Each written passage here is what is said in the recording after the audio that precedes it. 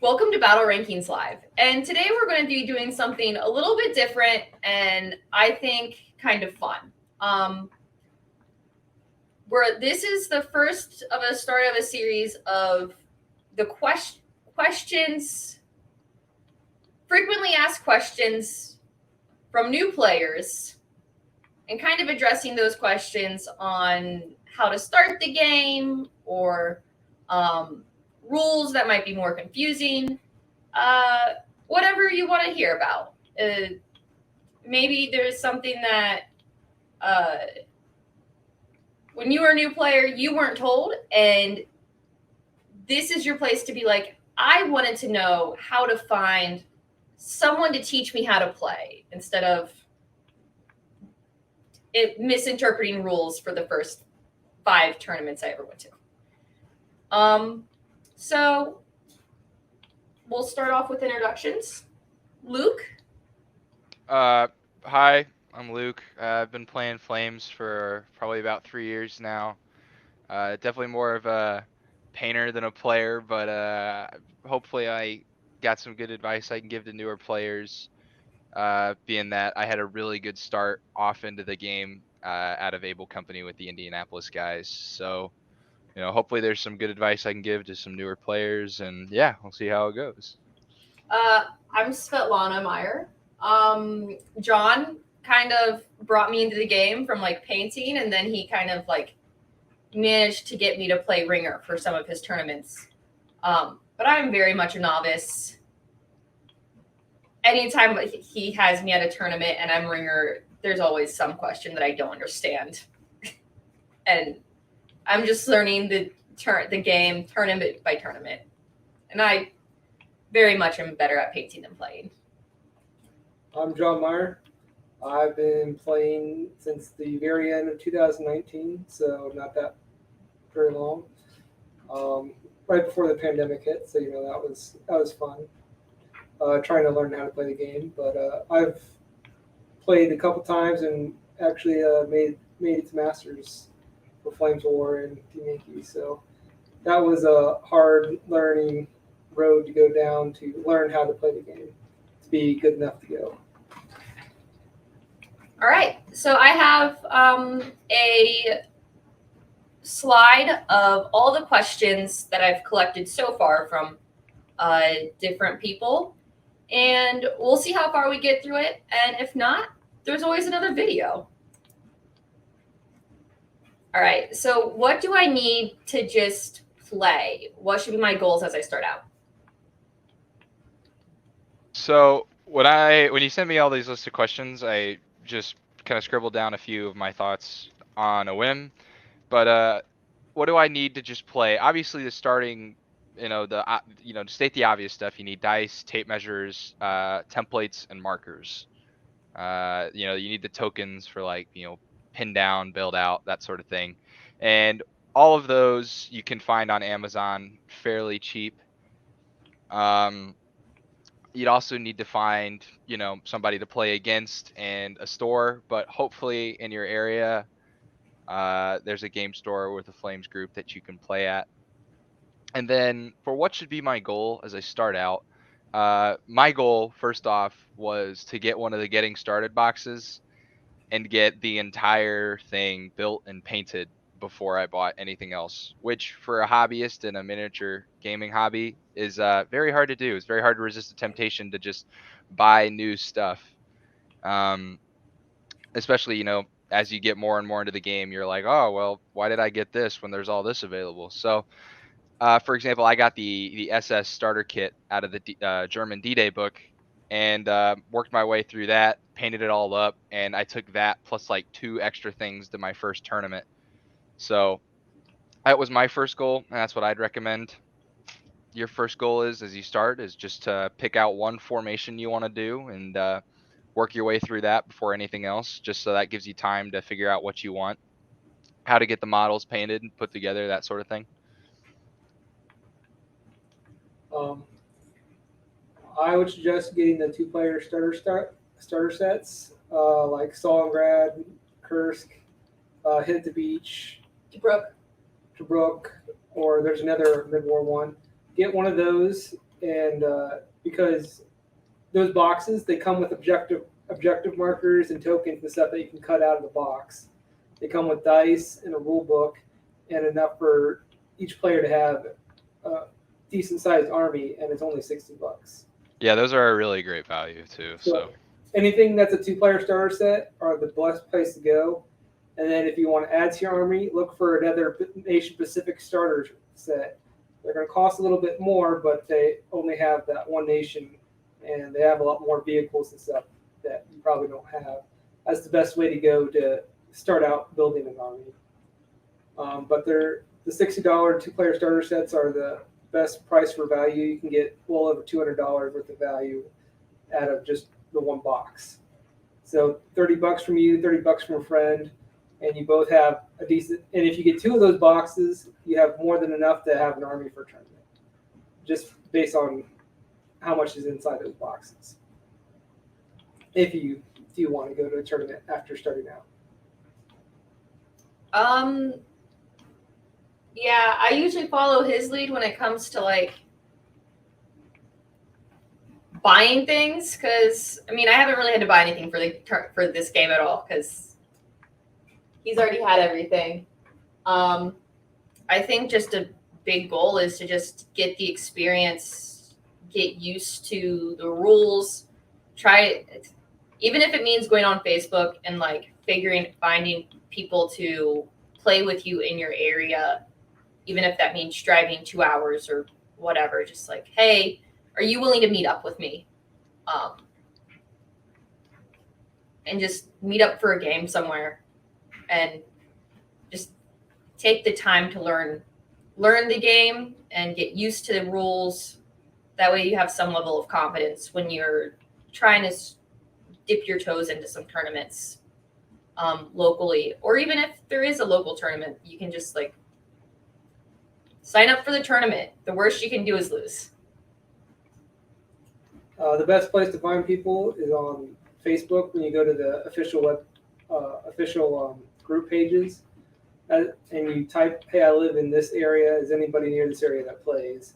And that's usually the best way to find somebody in your local area who wants to play or who's willing to at least go to a store around that area and play.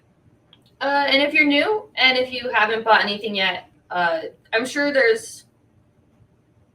if you find somebody to play with you and you just say, hey, I'm new, I want to try the game, I'm sure somebody's going to be willing to bring an extra army.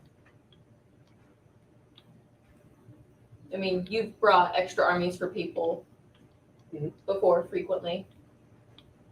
Yep.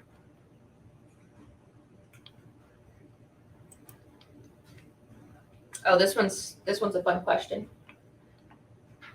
So the best way to go to, if you want to go to a bigger tournament, there's Wolf's Creek at Hard Knocks. Hard Knocks Games, Kentucky. That usually has 48 to 60 people every single year. National events are 48 plus 60 people every year. Gen Con is a good one in Indianapolis. Las Vegas Open. That's a national. That's one of the nationals. Oh yeah, it is one of the nationals, I guess. Historicon had a bigger one. Yeah. And So if you want to go to a big Decepticon was another tournament big one. with 20 plus players, those are the ones to look out for. The best areas to look are in Pittsburgh, Pennsylvania, Hard Knocks Games in Elizabethtown, Kentucky. Columbus, Ohio has a few groups, and Indianapolis, Indiana that's the hot spot of the area. And then there's Minneapolis, Minnesota, Kansas City, and Kansas, and there's one in. There's a group out of Salt Lake. There's Salt Lake, Utah. What's the one in isn't there one in San Francisco? They have their tournament on a battleship or something like that. I remember seeing that one. That got a lot of players. Yeah. Out in California, one of the big ones they have is the longest day. Yeah. Which is a 24-hour tournament, 8 rounds, and if you survive long enough, you can usually take the victory if you can stay up past 4 o'clock in the morning trying to play a game. That's a big one they do. Then they have one where they play on the battleship in San Diego. San Diego, that's what it is. I don't remember what that tournament's called. That usually has 20 plus players.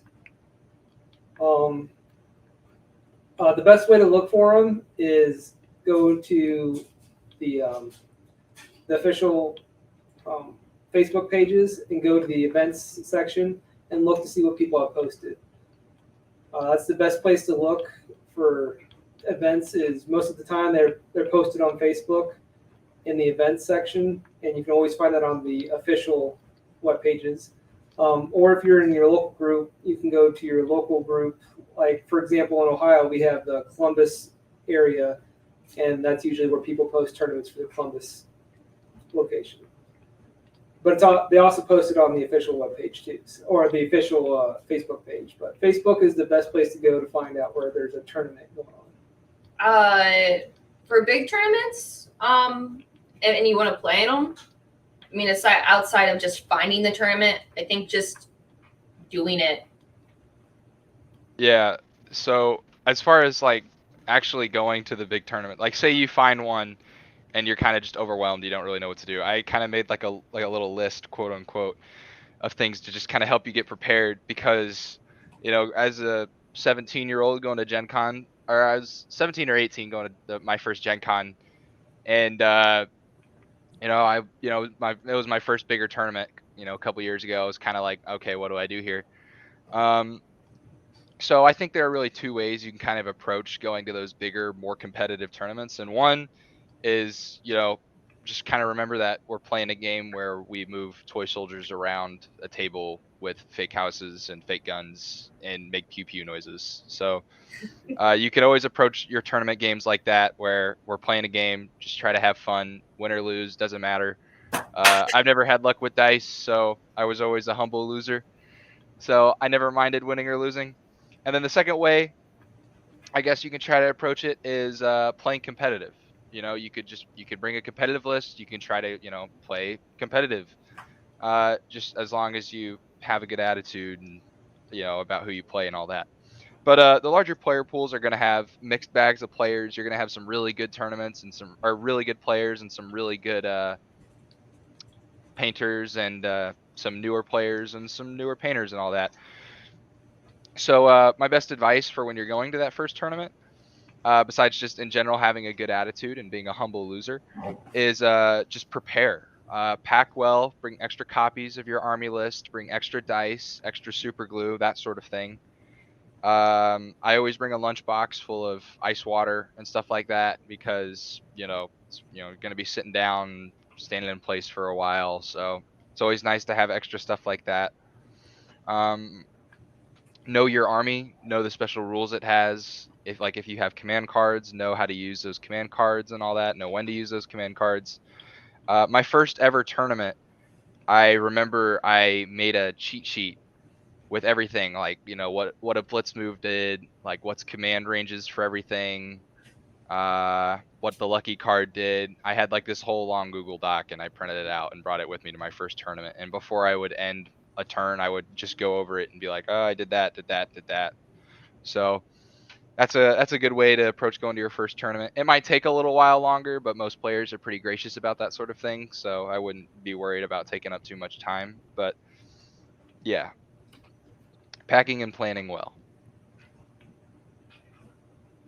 I think Bugs has opinions on painting. Yeah, I think you really summed it up well. And you can't be too nervous. At some point, depending on how the pairings are for the tournaments, I think John can talk a minute to how pairings. But at some point, it's going to be tiered out to, like, if you're an experienced player, you're going to be playing experienced players, and if you're not so experienced, you're going to be playing somebody who is also newer to the game. Yeah, there's I mean, as far as like that is concerned, your first pairing is really gonna your first pairing might be rough, but after that, you should be playing opponents that are around your skill level. In which case, it'll be a much more enjoyable tournament. So if you get a bad pairing your first game where you're playing somebody who's really good, don't let that discourage you, because all that means is if you get your butt kicked, that means you'll just play someone who also got their butt kicked, and then you should have a really close game for game 2. So Yeah.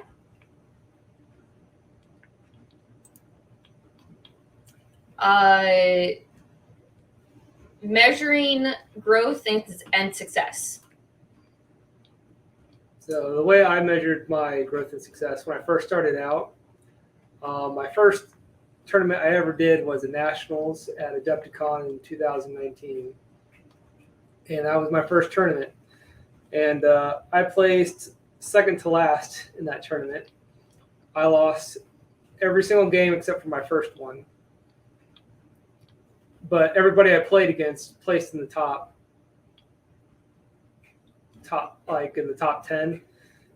So that was a weird tournament how that ended up. But I learned every single game of what not to do, and I went, instead of being upset of losing, I took that loss and I looked at how did I lose, why did I lose, and what did they do that defeated my formation, or how did they take the objective away from me, and then I went for my next tournament. I then applied that on how not to play the game, and I ended up taking third place in my next tournament I was at, and that was a tournament of 18 people, and all that was just because I took off why I lost, and then was willing to change my play style just a little bit, or what I was taking. Because the first couple tournaments I went to, I took what I liked versus what works. And sometimes you can always take what you like. You just have to be prepared that it doesn't always do well. If it's something like, I like a stug formation, and while that is good in the very early part of late war, and the later part when the more books come out, they're no longer as good as they used to be. But if you like stugs like I do, then you have to play with the risks with that. But I measured my success and growth on learning from how do I lose games, and how can I, what can I do to prevent losing that way again.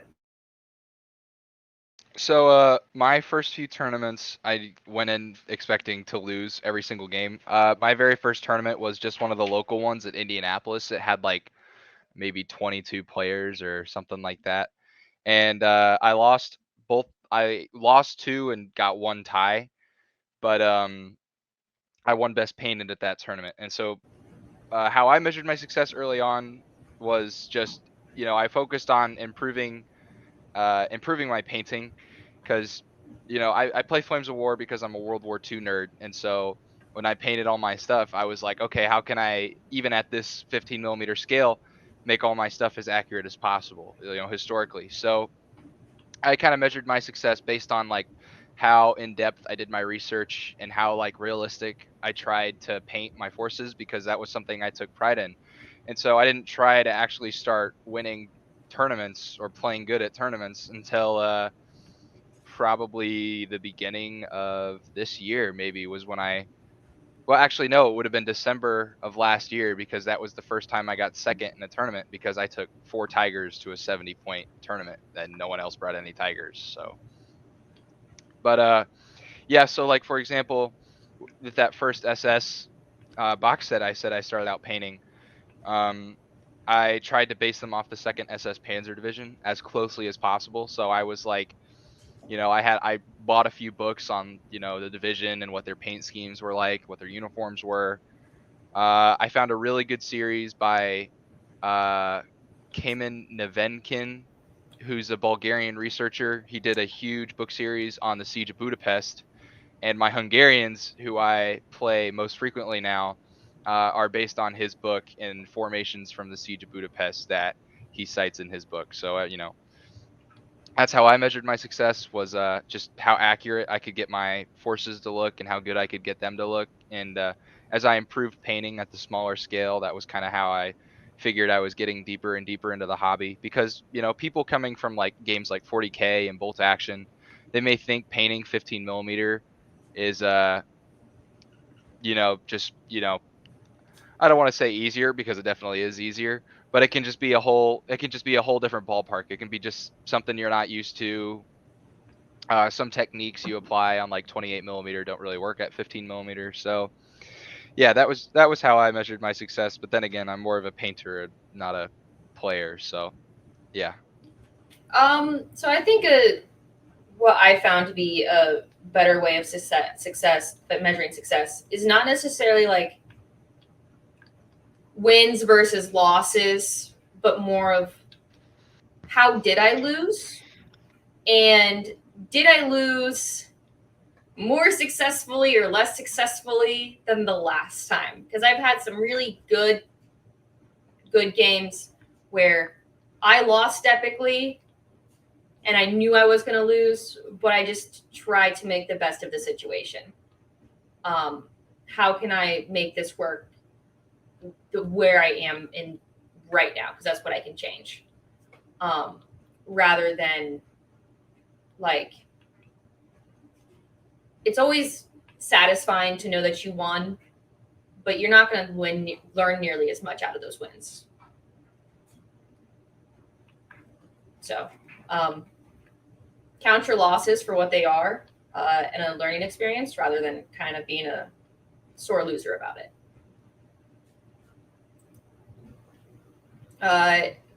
So kind of on the same vein as the last question, how do I learn from other players? What should I listen to? What should I listen for? So being a player from Indianapolis, when I would go to our FLGS on Tuesday nights, I would, at least for when I was first starting out, I would always be playing Chris Fretz or Andrew Hobson, who are both really, really good at the game. And so I had a pretty hard learning curve my first few games. But because of that pretty tough learning curve, Indianapolis has some great players and a pretty good club. I think I was able to pick up some stuff pretty fast, like little gamey things that work in the game. And one thing stuck out to me, and I can't remember what game I played against Chris Fretz, but one thing stuck out to me is he was playing against my Tigers. I had like an SS Tiger formation, and he was playing American Rifles. And he used the term support by fire with like anti-tank guns or something like that. And I was kind of just like, it was kind of an epiphany for me, because I think he was thinking of things a little more strategically and logically, like almost like a real world situation, than he was gamey. Just thinking like, I think he was, yeah, I think it was just a little more strategically than it was gamey, if that makes any sense. And so that's kind of what kind of clicked for me, was okay, maybe I need to stop thinking about it in context of the game, but maybe like in context of like strategy, like what makes sense maybe in real life, or how could I think about this from a more realistic perspective than from just a gaming standpoint. So that was kind of what clicked for me. Just like, if I'm moving my infantry this way, okay, would my infantry want to do that in real life? Probably not. So it's probably not a good idea to do that in the game. So that was personally what just kind of clicked it for me. And then I found that I was playing a lot better after that game when I was thinking about things like that. And then another example pulled from Chris is really good at list building for tournaments. And he's a very good American player. So you take a look at one of his lists from, the Bulge book, and I could think to myself, okay, how could I recreate this playing, my Hungarians? And so that was another thing I thought about, was how could I recreate a good list like that? Not necessarily copy, but just, recreate from a different nation, because, he's a good list builder, and it's, good to have a list that's good at everything, which is what Chris builds his lists for. So.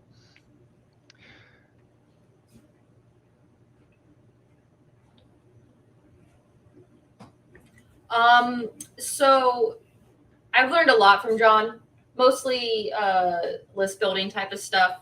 Like, I'll just listen for things that he's always talking about like when he's playing with his online group, he'll play Table Simulator on his computer, and they'll play test their lists up there, and I'll just listen out for like what's working.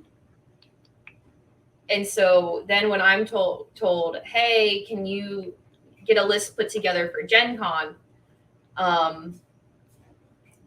Then I kind of just take that information and like, okay, so this is what I know works.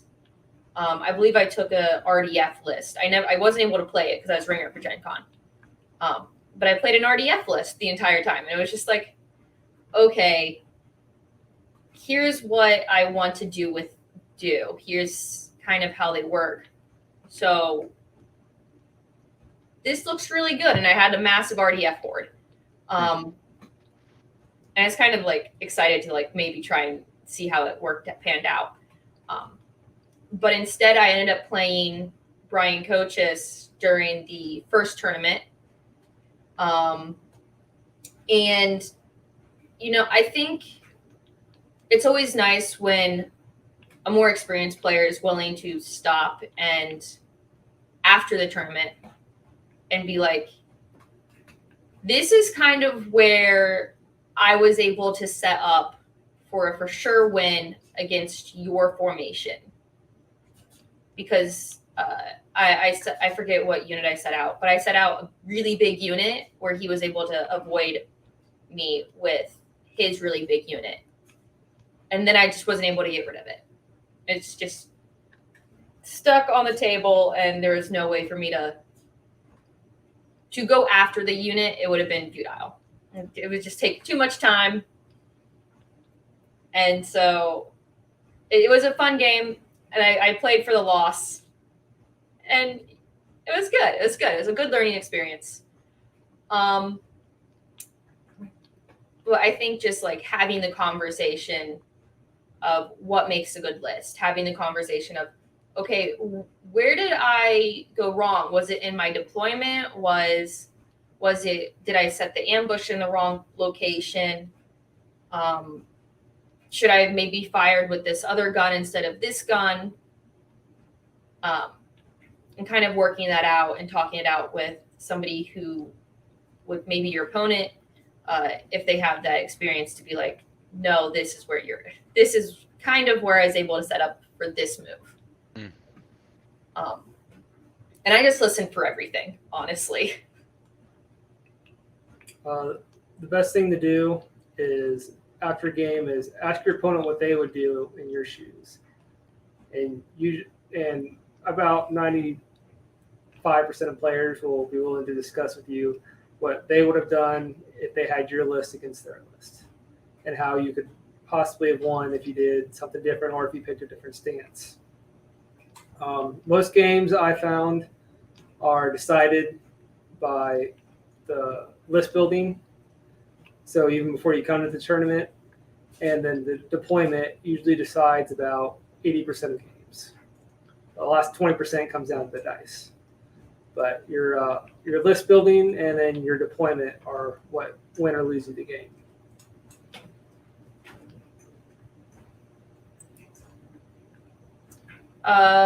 What should you avoid? Who or what type of players should you avoid? What I found after playing many times is a lot of new players don't like to play infantry, and they usually bring nothing but tanks. And that usually tells any player that, hey, this player is going to attack me, and so they're going to try to do what they can to force you to have reserves, and then their infantry are going to push onto the objectives. The name of the game is combined arms, so you need tanks, you need infantry, and you need artillery. You need all three of those things to stand a chance of winning the game. Having only one of one thing is not going to work. The best way to take objectives is infantry. Tanks are good, but infantry are what take and hold objectives. And a lot of players don't like to play infantry or any infantry formations, and I think that's what hurts a lot of the new players to begin with, is they like the tanks and they don't like the paint infantry, which is understandable. Everybody hates painting infantry, but it is something that is needed for the game. Is how do you make the best combined arms and avoid having only one set of tanks or just infantry. For players to avoid, there's really nobody you really need to avoid. Everybody is. I wouldn't say this is definitely not 40K. Everybody's helpful. I've never had a bad, like a few bad games I had. You know, everybody. It's. I'm trying to think of the way to describe it, but I think there's challenging everybody's games. friendly, and nothing like where somebody tries to cheat you. Like most players I played with will tell you, like, hey, I would not place my ambush there, or I would do your ambush now, or something like that. Most players will go out of their way to tell you, hey, this is what you need to do. I don't think you should do that if you're a new player, especially. Speaking on that, my third game of Gen Con was against the guy from Orlando, and after that whole game was basically just back and forth about like, okay, if you do this, he was a newer player, it was his first tournament, and so the whole game was just back and forth between like, he would start to think about deploying a unit, and I'd be like, well, if you deploy that there, then I'm going to put this here, and then that unit's not going to do anything for the entire game. So going back and forth like that. Flames of War is the benefit of being a smaller game, and therefore most of the community is extremely helpful. My opinion, I've only ever played like maybe 3 games come to mind where I was just like, this is a little ridiculous. But I've never had a game where I was like, okay, I got cheated there or something like that. But there are cases like that, and in some instances it's unavoidable. You're going to end up playing somebody you don't want to play, or somebody who may have a bad reputation when playing against them. And in some cases that's just unavoidable. That's just how tournament pairings work out. And in cases like that, just keep a TO close. Most tournaments are going to have an organizer who's there, for purposes like that. And if there's a misunderstanding, just call the tournament organizer or a judge or something like that. Nobody's going to call you a Karen for calling a judge, because that's what the judges are there for. So I think it also goes back to just being a humble loser. Don't, at the end of the day, just remember we're playing a game, and you can play competitive as you'd like, but at the end of the day, it just comes down to being a humble loser and graceful to your opponent. But yeah, if things get ridiculous, call the tournament organizer, because that's what they're there for. They're there to help mediate, instances like that. So that'd be my best advice for something like that, because sometimes it's just unavoidable that you're going to play somebody who might be a little bit of a less enjoyable game. I've definitely had my fair share of less pleasurable games, and a lot of it came down to me, unexperienced player, and then another player who also doesn't know, maybe new or may not know the rules as well. And then it just takes a long time to walk through everything, or like we're on the spot working out how to interpret rules because we just don't understand the game 100%. And then we'll just call the TO and kind of sort out and try to figure out how to make it work through that challenge as they come. It's not particularly for most part, I mean, I haven't had any bad experiences in terms of like this person blatantly wanted to cheat the game. That's not Team Yankee. That's not Flames of War. It's more of 2 people happen to be on a learning curve, and it just takes more time to work it out. Most places, everybody has their groups that they play in, and everybody interprets the rules a little bit differently in each group.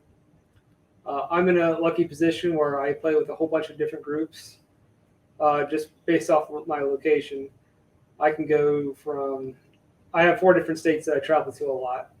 and every group has a different interpretation on terrain, and some of the rules are all interpreted a little bit differently everywhere. So the best thing you can do before you start each game is talk to your opponent about terrain, and that will end like 90% of arguments if you talk about terrain before you begin the game.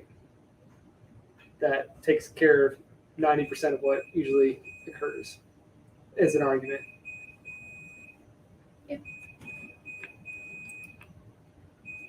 What are the secrets of easy painting so my forest looks decent? All right, so painting is kind of my shebang. I enjoy painting a lot. I'm definitely more of a painter than a player.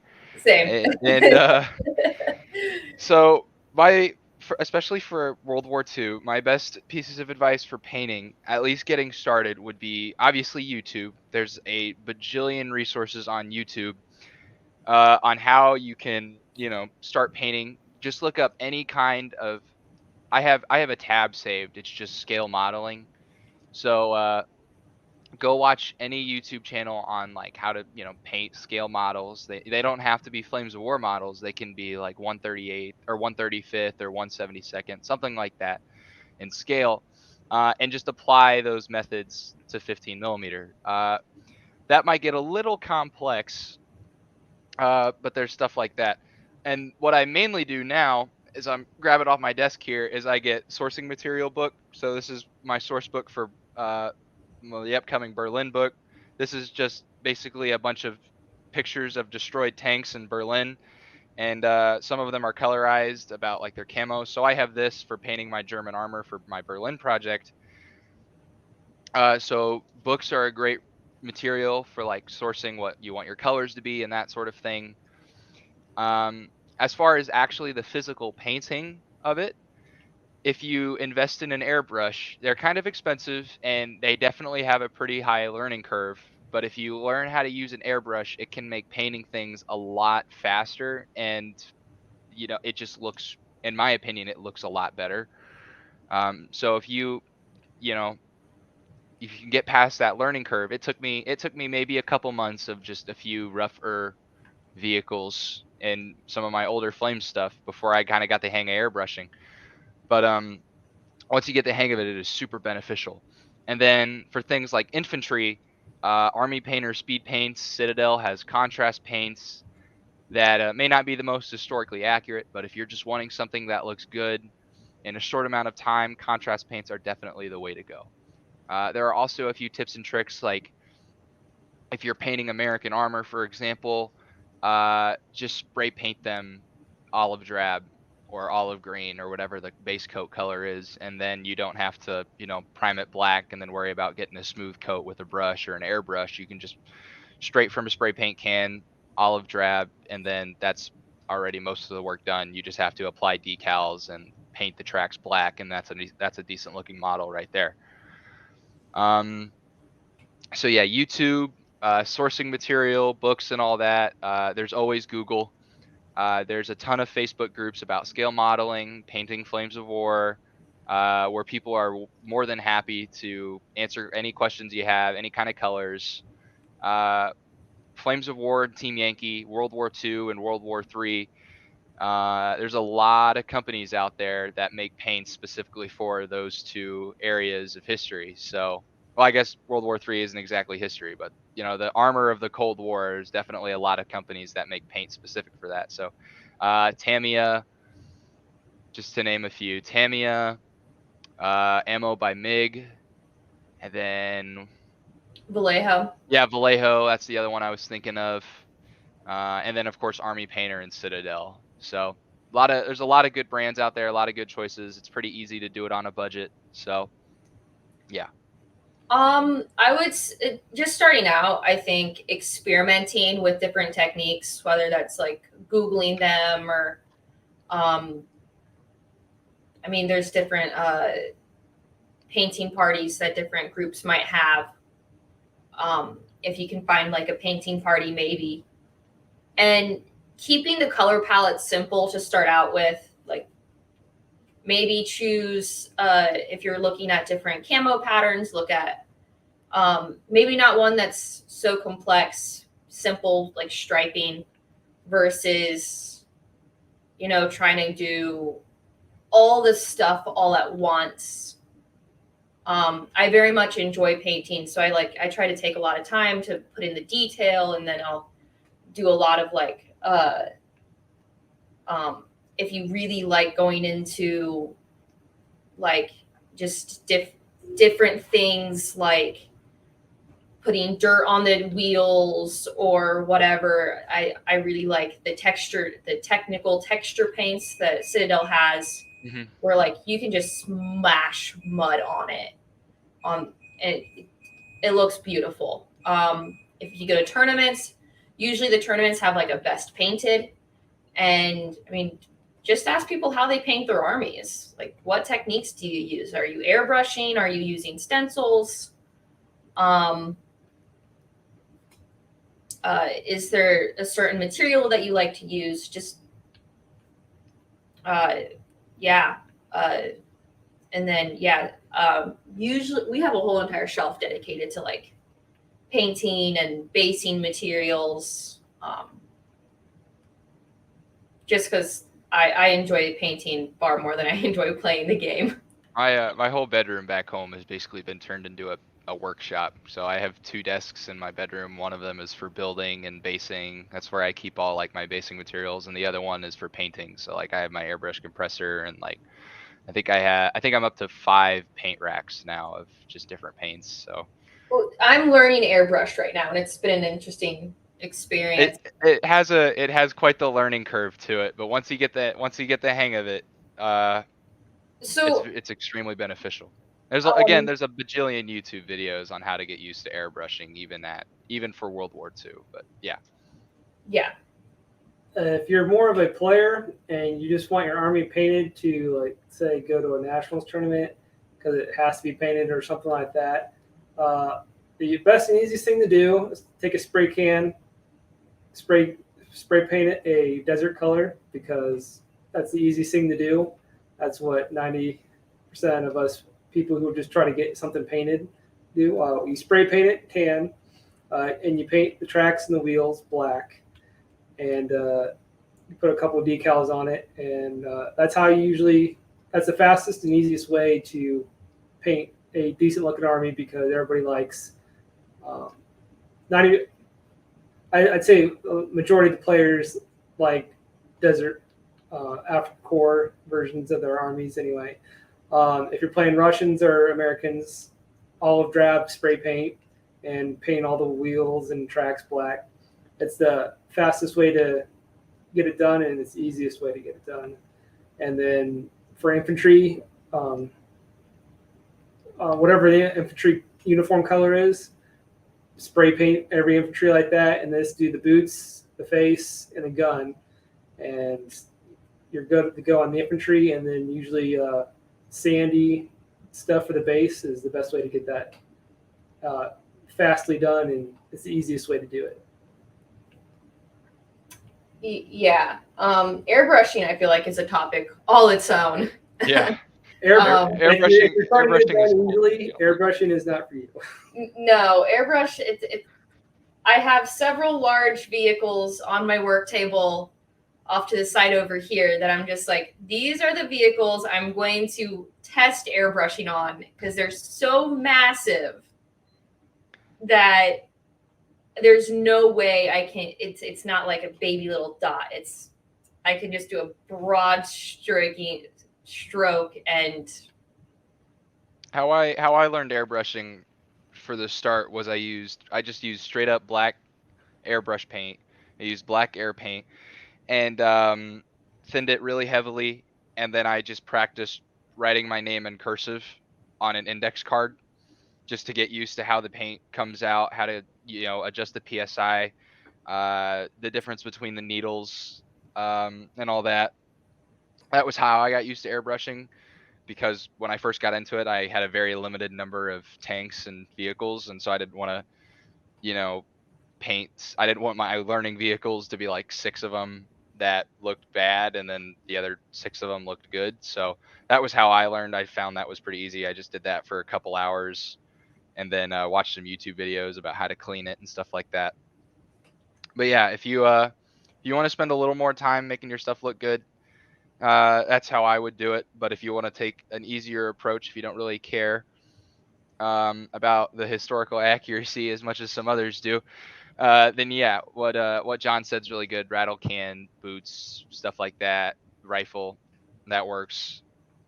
And that'll still look good. Nobody's gonna come up to you and say, "Wow, that paint job looks terrible," because at 15 millimeters, such a small scale, nobody's gonna nitpick you for missing details. It's all gonna look good from a distance. Yeah. The best way to start the game on a tight budget. The best way to do it is 2-player starter packs. They're $60, and you get more than $200 worth of stuff, and you get almost 2 armies. You get 2 of those, you got 2 entire armies, and you're good to go. That's my advice: is get the 2-player starter sets. Or find a player that has a lot of armies and just use their armies until you're confident and want to have the money saved or whatever to buy your own. So if you don't know what to play, the best thing I can tell you is buy a couple platoons of infantry, because you can use those infantry for pretty much anything. Like sometimes if I have 3 platoons of German infantry, and I use those for early, late, mid-war, Africa. I use them sometimes in Team Yankee, just because I don't like painting infantry. Infantry are small enough that you can pretty much use them wherever, so you don't need a whole bunch. You just need a couple platoons, and you can mix and match them if you had to. You can play them as a different nation. Nobody really gets that upset if you're playing German infantry as American just because you want to try something different. That's the best thing to do if you're on a tight budget, instead of trying to buy every single thing that looks the correct way. Infantry are the best for mixing and matching, and nobody's going to be able to tell because they're so small. And you can buy German infantry if you have to, and decide you don't like Germans, you can then paint them as Americans, and nobody's going to really complain about it or tell the difference for the most part. Yeah.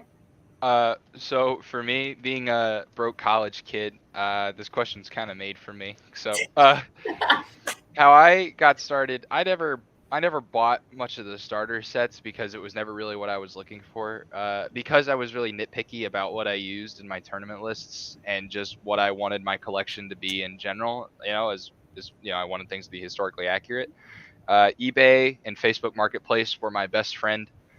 Like just recently, I put on the buy sell trade Flames of War USA if somebody had 4 Soviet heavy howitzers that had been out of production for a while, and I found them within a couple hours, and somebody sold them to me for fairly cheap. So there's always Facebook Marketplace is a way to get cheap, used stuff. And then they come painted. Yeah, some of them come painted, but so here's a recent example. So I bought a company of SS Pioneers off of somebody, and they came painted.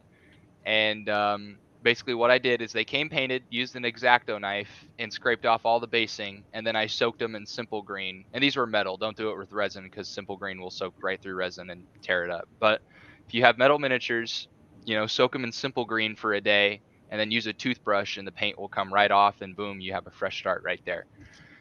So Facebook Marketplace, eBay, and Simple Green are very good places to look, especially if you're like me and you're a younger guy. Maybe you're in high school or in college, and you're definitely on a pretty tight budget, but still want to be able to get new things. Get on the Facebook Marketplace groups and just say, this is what I'm looking for. And 9 times out of 10, you'll find 3 or 4 people who are like, hey, I have that. I never use it. Do you want it? You'll be like, sure. And then you can negotiate a price from there. Especially because some people, such as myself, like the older metal miniatures compared to the newer plastic ones. I think the older metal infantry is a lot more detailed than the newer plastic infantry. But the new plastic tanks are great. And then again, like John said, the $60 starter sets are a super, super good value and give you more than enough that you need. But if you're looking for something specific, then yeah, eBay and Facebook Marketplace are definitely good places to go. The best way for local clubs to encourage new players and retain current ones. So for this question, I wrote down two things, and that's consistency and generosity. Um, Consistency being, most of the clubs, like in Indianapolis, we play every Tuesday night, usually around 6, 7 o'clock. And, because we always play on Tuesday night, there's always going to be somebody there. If somebody wants to learn the game, all they have to do is come up to us, give us their name, email address. They'll get put on an email list, and then boom, you're basically in the loop. You can come next Tuesday, and somebody will be there to run you through a learner game. And then that leads me into the next point for generosity is if you're in a club and you're trying to attract newer players, hosting things like game nights where, your more experienced players who have more armies can lend another army to a newer player. Or maybe you guys do,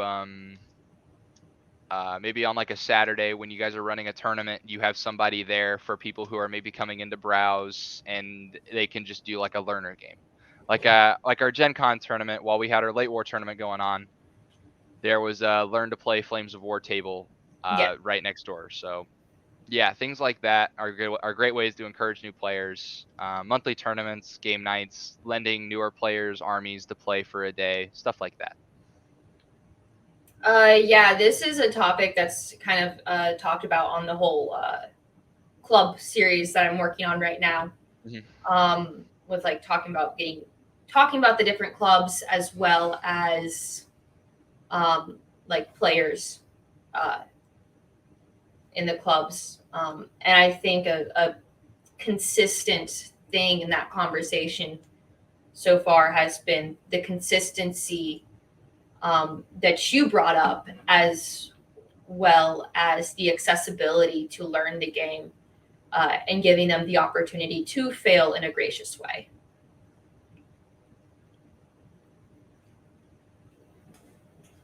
I don't really have anything to add. What's been added. Best thing to do to get new players in is having game days, if you can, at your local game store. Just advertise it, and as long as this constantly keep showing up, and eventually you'll have people who will walk in and be like, "Oh, that looks cool. I want to give it a try." And I always bring extra armies just in case for those days. If somebody walks by and says they want to give it a try, and then boom, you have an extra army that you can let them try it out with. That was how I got started in Flames of War. Is back in high school, I liked to go from hobby shop to hobby shop in Indianapolis just because I liked looking at board games and stuff. And I was really into 40K at the time, but I wasn't really a fan of the newer stuff. And I went into Family Time Games, and it was a Tuesday, and there were people playing Flames of War, and I was like, oh, I've heard of this. I want to try it. And then they put me on their email list, and then 3 days later, they had me set up with the learner game, and there was two guys who ran me through a game, and they brought an army for me, and then the rest is kind of history. I was hooked from there, bought my starter set, and here I am 3 years later ish. Yeah, and I think that's an awesome part about just the community in general is we're excited to see new players. It's not an inconvenience to stop and teach. And I think that was the last question, so I'll just pop that down again. So yeah, thank you, Luke, for coming on. Absolutely, it's my pleasure. I'm glad you guys invited me. I had a good time. Yeah. We'll definitely have more to talk about. I don't know if I'll make this one video or two. That's fine. But there's definitely a whole lot more topics to talk about for FAQs. This is definitely painting is its own topic all itself, I think. Yeah. Just because there's so many, there's the easy way to just have it done that John was talking about, but there's also like, hey, if you want this super detailed thing that looks beautiful, even up close where you're like looking at every little crevice, that's a detailed painting is far different than I think the broad stroke it type of situation. And if listeners want to suggest anything, start a discussion in the comment section. Find battle rankings on Facebook, and give us recommendations. We'd be glad to talk out even more topics for new players. There's also a playlist going over rules. There might have been changes from different lessons from the front that just came along the way, where not all of it's up to date, which is another reason why this new players series is also really great for this. And we hope you learned something throughout our discussion. Did you learn anything new, Luke? I know this is kind of a live situation, a live topic. I think this series will be super beneficial. I think it'll be a good way to reach out to newer players or people that have any questions. So I think there's a lot of opportunity to grow, especially now that COVID is kind of in its home stretch. I think the hobby's in a really good spot now. I think it's going to start picking up here pretty shortly and getting pretty popular. So a series like this is probably a pretty good idea. So, yeah, I definitely learned stuff. It's always beneficial talking to John because he's been the Masters and he's a lot better than I am at the game. That's for sure. So, yeah. A lot of it was getting my face smashed repeatedly and learning how not to get my face. So, yeah. And usually, and then next thing you know is you get the invite and it's like, oh, okay, I guess I did good enough this year.